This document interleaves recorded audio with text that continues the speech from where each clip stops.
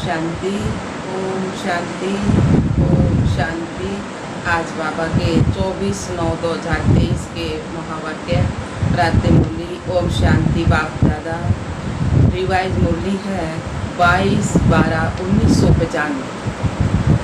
सर्व प्राप्ति संपन्न जीवन की विशेषता है अप्रसन्नता मुक्त और प्रसन्नता युक्त। सर्व प्राप्ति संपन्न जीवन की क्या विशेषता है? अप्रसन्नता मुक्त और प्रसन्नता युक्त। आज प्यार के सागर बाप दादा अपने प्रेम स्वरूप आत्माओं को देख रहे हैं। हर एक के दिल में परमात्मा प्यार समाया हुआ है। ये परमात्मा प्यार प्राप्त भी एक ही जन्म में होता है। 83 जन्म देव आत्माओं व साधारण आत्माओं द्वारा मिला। सोचो, याद करो, सारे कल्प का चक्कर लगाओ। सौदर्शन चक्करधारी हो ना, तो एक सेकंड में सारे कल्प का चक्कर लगाया। 83 जन्मों में परमात्मा प्यार मिला था। 83 जन्मों में परमात्मा प्यार मिला था? नहीं मिला ना। और सिर्फ इस संगम पर एक जन्म में परमात्मा प्यार प्राप्त हुआ, तो अंतर को जान लिया ना। आत्माओं का प्यार और परमात्मा प्यार कितना अंतर है। साधारण आत्माओं का प्यार कहाँ ले गया, क्या प्राप्त कराया, अनुभव तो है ना। और परमात्मा प्यार कहाँ ले जाता है, अपने स्वीट होम और स्वीट राजधानी में। आत्म प्यार राज्य भाग्य गवाता है। आत्म प्यार राज्य भाग्य गवाता है और परमात्मा प्यार राज्य भाग्य दिलाता है। और इसी जन्म में, ऐसे नहीं कि सिर्फ भविष्य के आधार पर चल रहे हो, नहीं। डायरेक्ट परमात्मा प्राप्ति तो अब है, वर्तमान के आगे भविष्य भी कुछ नहीं। आप लोग गीत गाते हो ना कि स्वर्ग में क्या होगा, क्या नहीं होगा। और अभी का गीत क्या है? जो पाना था वो पा लिया, बाबा मिल गया, सब कुछ मिल गया। वह पाना है, पा लिया ना। पांडवों ने पा लिया ना। गोपियों का तो गायन ही है, इस समय का गायन है कि अप्राप्त नहीं कोई वस्तु ब्राह्मणों के खजाने में, देवताओं के खजाने में नहीं, ब्राह्मणों के खजाने में।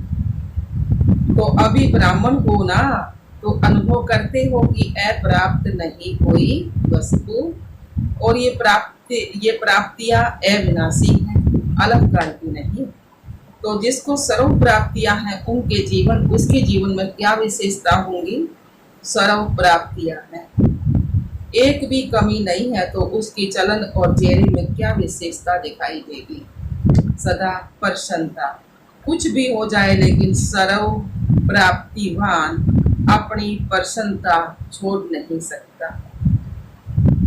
अप्रसन्नता कभी भी होती है तो चेक करो, अप्राप्ति का अनुभव होता है या सर्व प्राप्तियों का। आज बाप दादा ने बहुत ही सेवा केंद्र और उप सेवा केंद्र देखे। विदेश में नहीं, देश में सेवा केंद्र देखे। सेवा केंद्र में विशेष तो सेवादारी है, तो आज चक्कर लगाते हुए सेवादारी और सेवा स्थान दोनों देखे। हर एक स्थान में, चाहे छोटे चाहे बड़े, सभी में चेक किया कि सेवादारी तन से, मन से, धन से और सेवा के संबंध संपर्क से कितने प्रसन्न है। क्योंकि विशेष तो यही बातें है ना। तो क्या देखा? तन तो सबके पुराने हैं ही, चाहे जवान है, चाहे बड़े हैं, चाहे और भी बड़ों से भी कहाँ कमजोर हैं, चाहे बीमारी बड़ी है, लेकिन बीमारी की महसूसता की मैं कमजोर हूँ, मैं बीमार हूँ, ये बीमारी को बढ़ा देगी। क्योंकि तन का प्रभाव मन पर बढ़ गया तो डबल बीमार हो गए ना। तन और मन दोनों से डबल बीमार होने के कारण बार बार सोल कॉन्शियस के बजाय बीमारी कॉन्शियस हो जाते हैं। तो क्या देखा कि तन से जो मेजॉरिटी बीमार कहो या हिसाब किताब चुकतू करना कहो कर रहे हैं ना, लेकिन 50% डबल बीमार और 50% सिंगल बीमार है। बाकी होना क्या चाहिए, कभी भी मन में बीमारी का संकल्प भी नहीं लाना चाहिए। मैं बीमार हूँ, मैं बीमार हूँ, लेकिन क्या होता है, ये बात पक्का हो जाता है कि मैं बीमार हूँ। कभी कभी किसी समय बीमार होते नहीं, लेकिन मन में खुशी नहीं है तो बहाना करेंगे कि मेरे कमर में दर्द है, क्योंकि मेजॉरिटी को या तो टांग दर्द या कमर दर्द होता है। कई बार दर्द होता नहीं, फिर भी कहेंगे मेरे को कमर में दर्द है ना। अभी उसकी चेकिंग कैसे हो, डॉक्टर्स के पास से इसका कोई थर्मामीटर है जो कमर दर्द या नहीं तो नहीं वो चेक कर सके, कमर दर्द ना हो वो चेक कर सके। डॉक्टर के पास ऐसा थर्मामीटर भी तक होना ना, बुखार का तो है भी थर्मामीटर, तो एक्सरे कराओ, ये कराओ, वो तो और ही खर्चा लगाओ। तो क्या देखा, तन के बारे में सुनाया ना बाबा ने। तो कई सेवाधारी ऐसे दिखाई दिए, सेवाधारी आप सभी हो, ऐसे नहीं समझना सिर्फ टीचर्स की बात है। सेवाधारी आप प्रवृत्ति वाले भी तो हो ना, कि जो सेंटर्स पर रहते हैं वो सेवाधारी हैं। आप लोग प्रवृत्ति में रहने वाले भी सेवाधारी हो। कभी अपने घरों का भी चक्कर लगाएंगे, देखेंगे कि कैसे सोते हो, कैसे उठते हो, डबल बेड है, सिंगल बेड है। अच्छा, ये तो आज के चक्कर की बात है। आजकल के हिसाब से दवाइयाँ खाना ये बड़ी बात नहीं समझो, क्योंकि कलयुग का वर्तमान समय सबसे शक्तिशाली फ्रूट ये दवाइयाँ हैं। देखो, कोई रंग बिरंगी तो है ना, कलयुग के लास्ट का यही एक फ्रूट है, तो खा लो बड़े प्यार से। दवाई खाना ये बीमारी याद नहीं दिलाता। अगर दवाई को मजबूरी से खाते हो तो मजबूरी की दवाई बीमारी याद दिलाती है और शरीर को चलाने के लिए एक शक्ति भर रहे हैं। उस समर्थी में खाएंगे तो दवाई बीमारी याद नहीं दिलाएगी, खुशी दिलाएगी। तो बस 2-3 दिन में दवाई से ठीक हो जाओगे।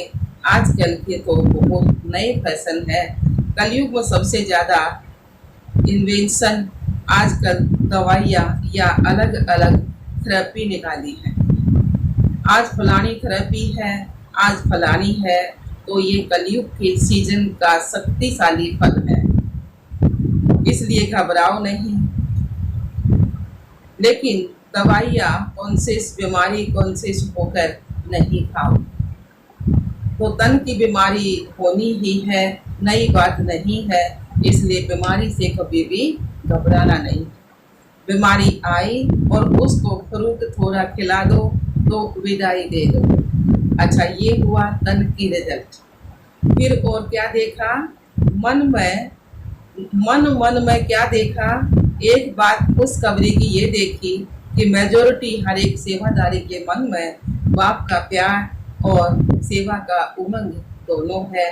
बाकी 25% कोई मजबूरी से चल रहा है वो छोड़ो, 25% कोई मजबूरी से चल रहा है वो छोड़ो, लेकिन मेजॉरिटी के मन में ये दोनों बातें देखी।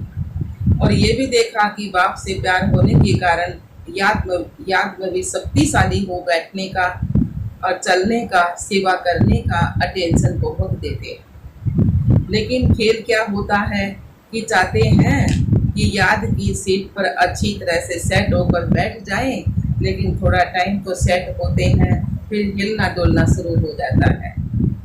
जैसे बच्चा होता है ना, उसको ज़्यादा टाइम सीट पर बिठाओ तो हिलेगा जरूर। तो मन भी अगर कंट्रोल में है, ऑर्डर में नहीं है, तो थोड़ा टाइम तो बहुत अच्छे बैठते हैं, चलते हैं, सेवा भी करते हैं, लेकिन कभी सेट होते हैं, कभी अपसेट भी हो जाते हैं।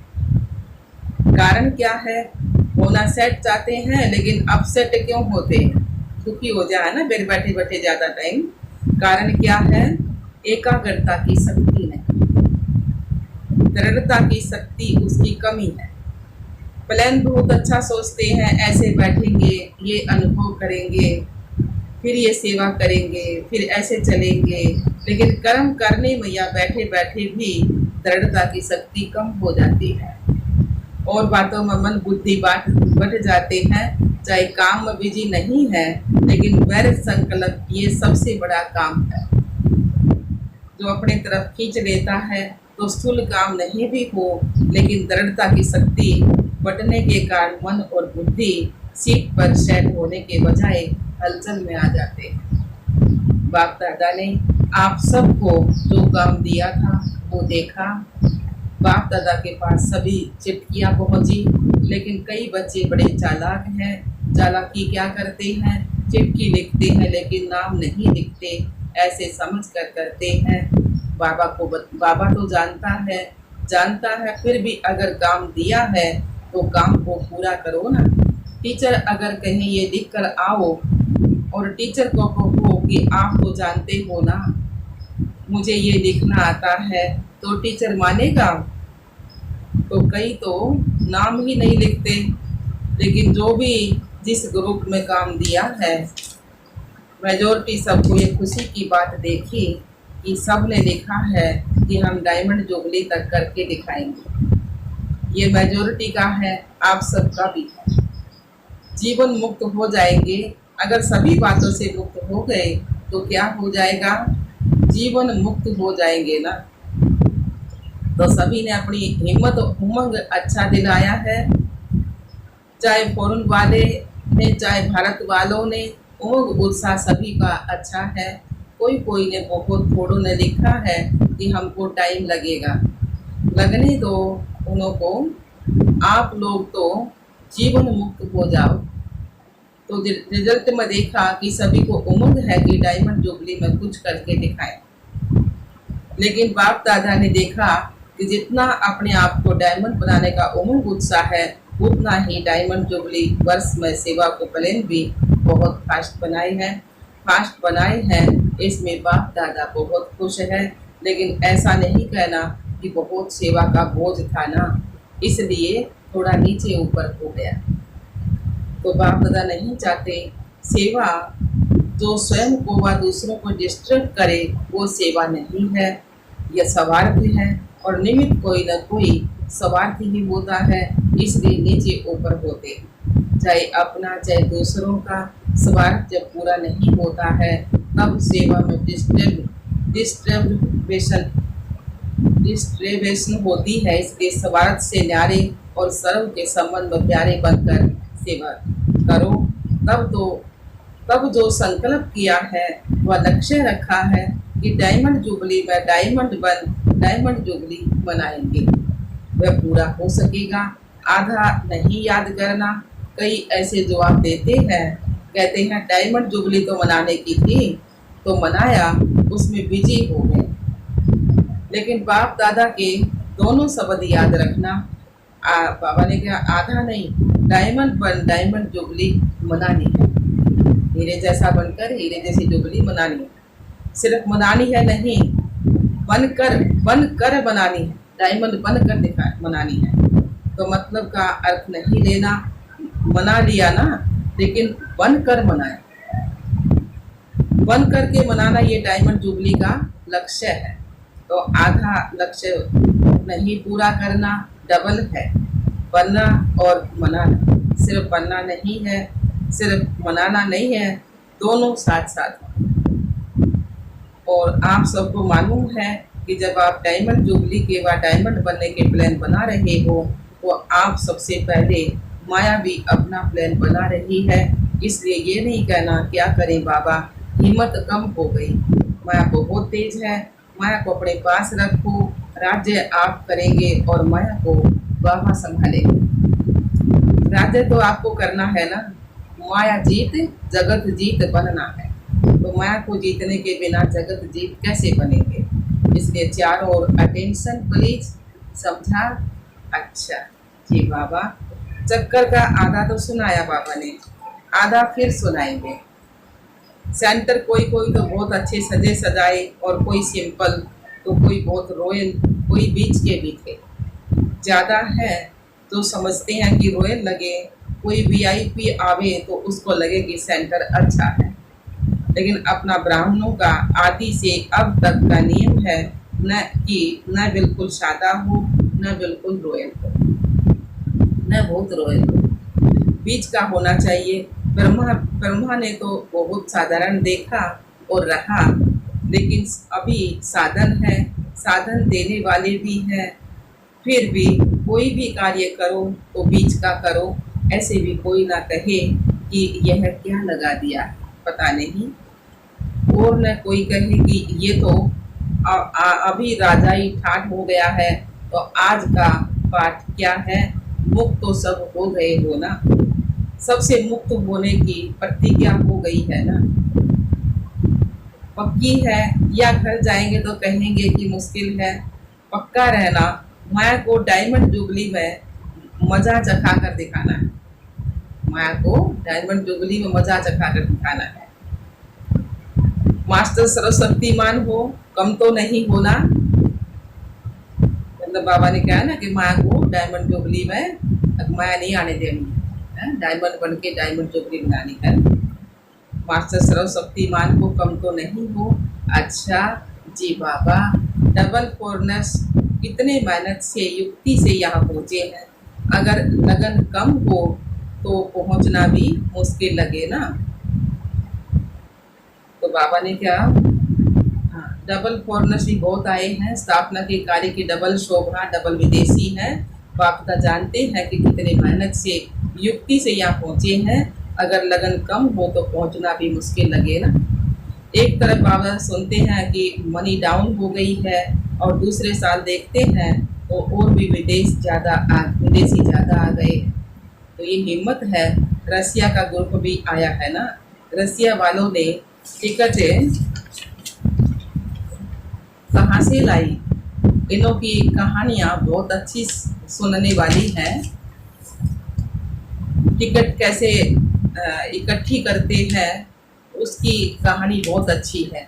ये तो सब होना ही है, जब है ही कागज, पेपर ही तो है, चाहे डॉलर हो चाहे फोन हो, है तो पेपर ही। तो पेपर कहाँ तक चलेगा, सोने का मूल्य है, हीरे का मूल्य है, पेपर का क्या है। मनी डाउन तो होगी ही, पैसे मतलब डाउन तो होने ही है, और आपकी मनी सबसे ज़्यादा मूल्यवान है। जैसे शुरू में अखबार में डलवाया था ना कि ओम नदी रिचेस्ट इन द वर्ल्ड, कमाई का साधन कुछ भी नहीं था। तो ब्रह्मा बाप के साथ एक दो समर्पण हुए और अखबार में डाला रिचेस्ट इन द वर्ल्ड। तो अभी भी सब जब चारों ओर ये सतुल हलचल होगी, फिर आपको अखबार में नहीं डालना पड़ेगा, आपके पास अखबार वाले खुद आएंगे और खुद ही डालेंगे, टीम दिखाएंगे कि Brahma Kumari richest in the world, क्योंकि आपके चेहरे चमकते रहेंगे। कुछ भी हो जाए, दिन में खाने की रोटी भी नहीं मिले तो भी आपके चेहरे सदा चमकते रहेंगे। वो चारों ओर होगा दुख और आप खुशी में नाचते रहेंगे। इसी को कहते हैं मिलवा मौत मनुष्य का शिकार। इसलिए बाप दादा ने आज कहा कि ब्राह्मण जो सच्चे हैं, ब्राह्मण जीवन में श्रेष्ठ जीवन के लक्ष्य वाले हैं, उसकी विशेषता है प्रसन्नता। चाहे कोई गाली भी दे रहे हो तो भी आपके चेहरे पर दुख की लहर नहीं आनी चाहिए, पर सच्चे। गाली देने वाला भी थक जाएगा, हो सकता है बाबा। यह नहीं कि उसने 1 घंटा बोला, मैंने सिर्फ 1 सेकंड बोला, सेकंड भी बोला या सोचा, शकल पर अप्रसन्नता आई तो फेल हो गई। इतना सहन किया ना, 1 घंटा सहन किया, फिर गुब्बारे से गैस निकल गई। तो गैस वाले गुब्बारे नहीं बनना, और चाहिए क्या है, बाप मिला सब कुछ मिला। गीत तो यहीं गाते हो ना, तो ऐसे टाइम पर ऐसी ऐसी बातें याद करो तो चेहरा नहीं बदलेगा। ऐसे नहीं कि उसके आगे जोर जोर से हंसने लग जाओ तो वो और ही गर्म हो जाए। प्रसन्नता अर्थात आत्मिक मुस्कुराहट, बाहर की नहीं, आत्मिक। आज का पाठ क्या रहा, सदा अप्रसन्नता मुक्त और प्रसन्नता युक्त। अप्रसन्नता का मुक्त होना है और प्रसन्नता युक्त बनना है। डबल समझा? अच्छा जी बाबा। चारों ओर के बाप दादा के प्रेम स्वरूप आत्माओं को सदा स्वयं को अप्रसन्नता से अप्रसन्नता से मुक्त करने वाले तेरह पुरुषार्थी आत्माओं को सदा याद और सेवा के बैलेंस द्वारा सेवा की सफलता पाने वाले भाग्यवान आत्माओं को सदा बाप को प्रत्यक्ष करने के उमंग उत्साह में रहने वाले देश विदेश दोनों के सर्व बच्चों को बाप को अपनी खुशखबरी लिखने वाले, अपनी सेवा का उमंग रखने वाले ऐसे बाप के सदा स्नेही और समीप बच्चों को बाप दादा का याद प्यार और नमस्ते। हम रूहानी बच्चों की रूहानी बाप दादा को याद प्यार, गुड मॉर्निंग, नमस्ते नमस्ते नमस्ते जी। हम बाबा के बच्चे सदा रहे हंसते और हंसाते। शुक्रिया मीठे बाबा, शुक्रिया बाबा। वरदान दिया बाबा ने, अखंड समर्पि द्वारा विघ्नों को विदाई देने वाले मास्टर सर्वशक्तिमान भव। अखंड समर्पि द्वारा विघ्नों को विदाई देने वाले मास्टर सर्वशक्तिमान भव। साथ दिया बाबा ने, संगम युग विघ्नों को विदाई देने का युग है। जिसको आधा कल्प के लिए विदाई दे चुके उसको फिर आने ना दो। सदा याद रखो, हम विजयी रतन है, मास्टर सर्वशक्तिमान है। यह समर्पि अखंड रहे तो शक्तिशाली आत्मा के सामने विघ्न, माया का विघ्न आ ही नहीं सकता। विघ्न आया फिर मिटाया तो अखंड अटल नहीं रहेंगे। इसलिए सदा शब्द पर अटेंशन दो। सदा याद में रहने से सदा निर्विघ्न रहेंगे और विजय का नगाड़ा बजता रहेगा। स्लोगन दिया बाबा ने, ईश्वरीय सेवा में खुद को ऑफर करना ही बाप दादा की ऑफरिंग देना है। ईश्वरीय सेवा में खुद को ऑफर करना ही बाप दादा की ऑफरिंग देना है। अच्छा, ओम शांति, ओम शांति बाप।